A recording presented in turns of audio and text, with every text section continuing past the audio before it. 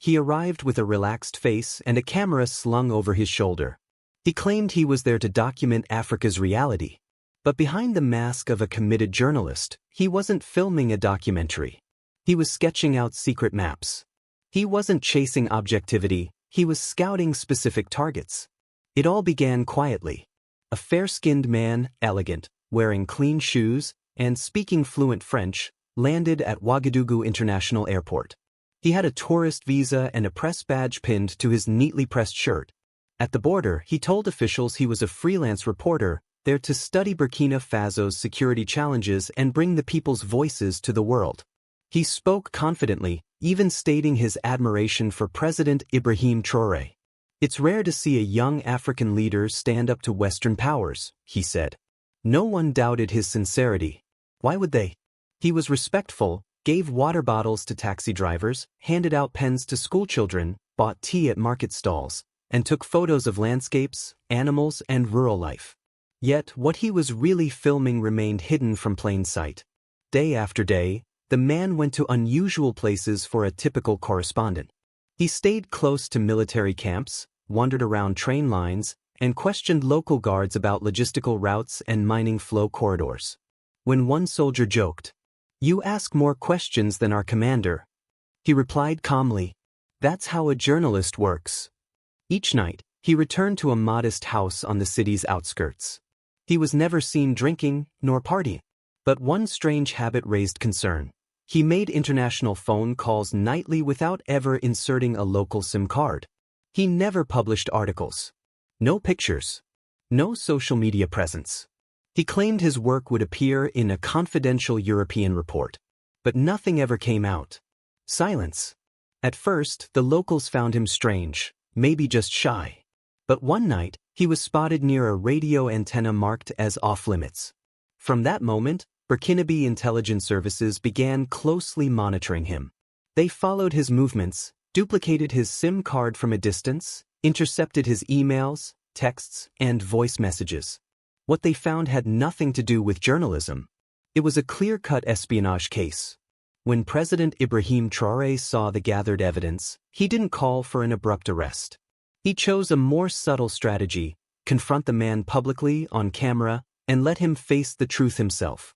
A press conference was organized in Ouagadougou by the presidency. Unlike usual events, there were no foreign reporters, no scripted questions, no grand announcements. Only a few carefully selected Burkinabe journalists were invited. And at the very last minute, one name was discreetly added: Julien Morel, freelance journalist from France.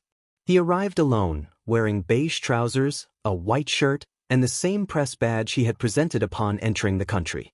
No cameraman, no colleague, just a canvas shoulder bag, a small notebook, and that familiar, slightly smug smile. As he stepped inside, he casually greeted the guards, as though he were returning home. "I'm here for the president's briefing," he said confidently. One of the soldiers nodded, pointing the way. But in his eyes, there was an unusual intensity, almost suspicion. Inside, the atmosphere was heavy with silence. The cameras were already rolling. A single microphone stood at the center of the room. Only 6 chairs were arranged in a semicircle for the journalists. Julien sat down slowly, pulled out his notebook and scanned the room. No one spoke to him. No one smiled. The air was chilly, but he seemed unaffected. Was it stress or arrogance? No one could say. Then the doors opened. President Ibrahim Traoré entered, calm and poised, dressed not in a formal suit, but in his military fatigues. He didn't appear tired or rushed, just resolute. Julien stood and extended his hand. "Mr. President, it's a privilege to meet you." The president shook it firmly and replied, "You've asked many questions about us, Morel. Today, I have a few of my own." Julien blinked. Was this a setup? He gave a nervous laugh. That's what a journalistic exchange is for, isn't it? But what was about to happen wasn't a typical exchange. This wasn't a journalist in the room. It was a foreign operative. And Traoré knew it. The cameras recorded everything. The 6 Burkinabe journalists remained still, their pens resting on their notebooks. Traoré stood tall, without notes or cue cards. Across from him, Julian shifted in his seat. "You've been on our soil for 23 days, correct?" asked Traoré. "Yes, Mr. President," Julian responded, straightening up. "I've gathered stories, filmed people, tried to understand." "Understand what, precisely?" Traoré cut in. Julian hesitated, then said, "The security challenges, the infrastructure issues, foreign relations." Traoré tilted his head slightly. A soldier stepped forward and handed him a sealed file. "You were seen near 9 military zones. You recorded 3 strategic sites while pretending to conduct interviews with soldiers." Julian's eyes widened. "I'm a journalist. That's what we do, we go where the stories are." Traoré stepped forward. "Is it also normal for journalists to send encrypted messages at 2 a.m. to servers hosted in Abidjan?" Julian turned his head slightly, scanning the room. One of the other journalists looked away, stunned. The soldier opened the file and revealed several documents. A nighttime photo of Julian sitting at his laptop, encrypted chat software open, another of him standing outside a military communications tower, phone in hand, and finally, a string of messages sent to a known French military operator with diplomatic cover in West Africa. Julian's face lost all color. "I can explain." "Please do," Traoré replied. But Julian had no words. He was no longer running the interview. He was under investigation. President Traoré turned toward the cameras and addressed the room. "This man claims he came to understand our people. But the reality is he was identifying our weak points, tracking our infrastructure, and sending our secrets abroad. He didn't come to tell our story, he came to manipulate it." Then he added, "It's up to you now. Is this journalism, or is it betrayal?" The room grew even quieter. Julian Morel trembled slightly as he grabbed his bag. The cameras kept filming. The entire mood had shifted. What started as a routine press conference had become a silent trial. And Julian was its center. The president turned to him one final time. "Mr. Morel, do you deny these documents, these messages, these recordings?" Julian opened his mouth, but no sound came out. Sweat ran down his temple, not from heat, but from collapse. Whatever plan he had was falling apart. A second soldier entered, carrying a black laptop. It was Julian's, confiscated the day before without him noticing. The screen lit up. "Allow us to show something," Traoré told the room. A projector flickered on. A map of Burkina Faso appeared on the wall, real-time data. It showed oil routes, mine locations, and 2 unregistered military depots. All extracted from a file titled, "Strategic Assessment, Confidential." A collective breath caught in the room. Julian slowly shook his head. "I didn't mean to, it was just personal notes. I didn't send anything." Traoré lifted a printed email and read aloud. "Target movement predictable. Palace security weak near Westgate. Site should be monitored for future assets." Julian's voice cracked. "That's not true, it's false. It was sent from your encrypted email at 2:17 a.m. from a house in Zone 3, Traoré stated. "We don't fake evidence. We gather it." The local journalists stared in disbelief. Some whispered prayers. Others just watched this man, once confident, now unraveling. He had underestimated the people. He had underestimated the country. And most of all, he had underestimated the man before him. Traoré returned to the microphone. He didn't shout. He didn't raise his voice. He looked directly into the camera and said, "This is what they send us. Not support. Not apologies. But spies disguised as journalists. They think we will stay silent. That time is over." He turned to Julian one last time. "You came for stories. Now you are the story." With a simple hand gesture, he gave the order. 2 guards stepped forward. Julian Morel didn't resist. He lowered his head and exited the room the same way he had entered. Only this time, he wasn't holding the camera. He was the subject. As the sun set over Ouagadougou, the press room stood empty. But what had taken place between Ibrahim Traoré and Julian Morel had already left the room. The event was no longer confined. It had gone global. Barely an hour later, the video appeared on social media. In it, President Traoré stood upright, calmly asking, "Is this journalism, or is it treason?" The clip continued, showing the laptop screen, the military maps, the encrypted emails, and finally, the Frenchman escorted out by 2 guards. The internet erupted. In Burkina Faso, people gathered in cafes, homes, and street corners to replay the footage over and over. "He caught a spy live on camera," someone shouted.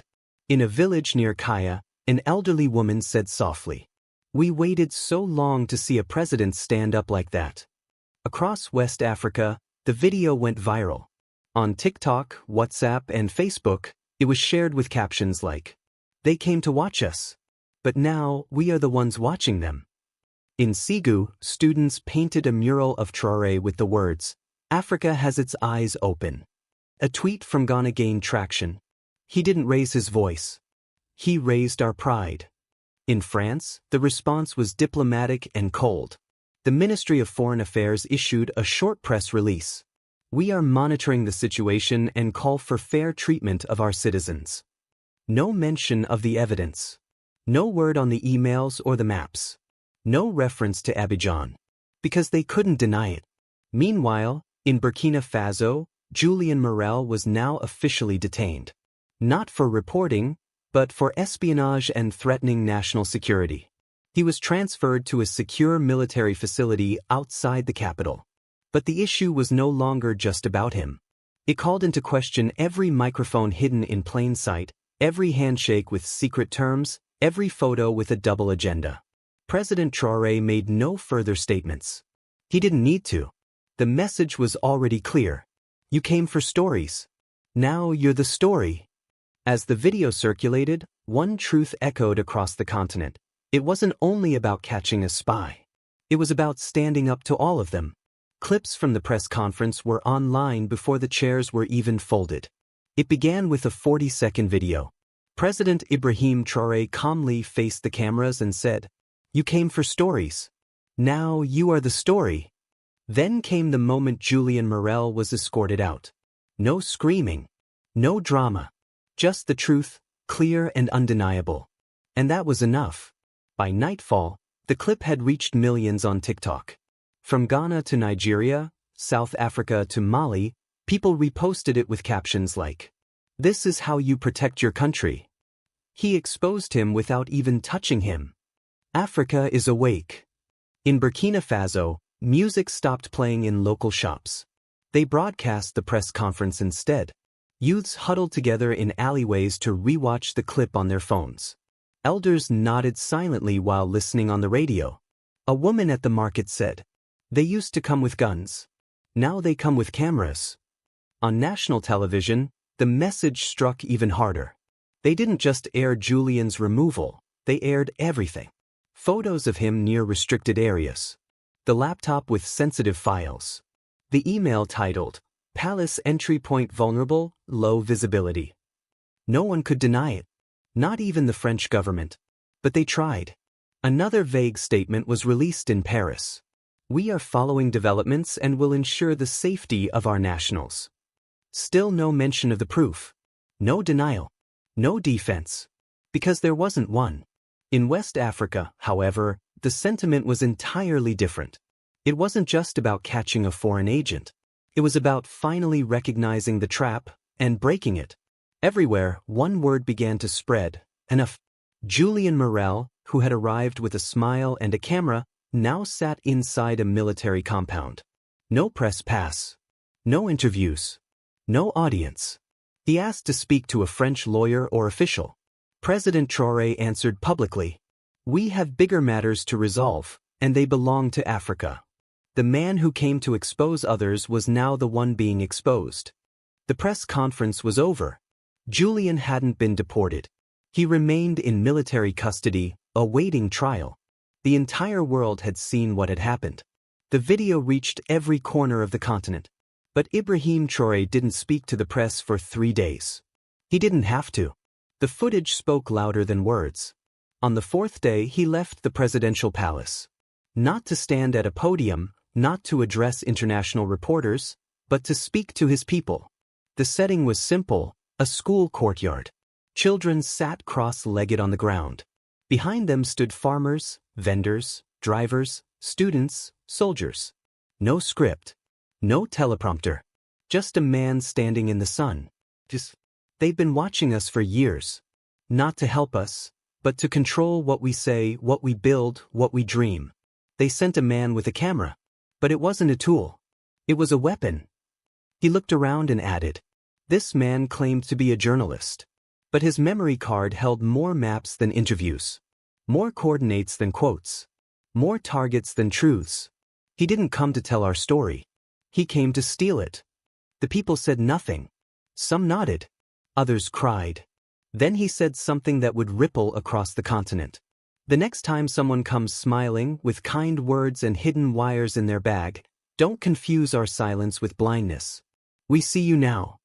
That sentence became a rallying cry. In the streets of Ouagadougou, it was painted, "We see you now."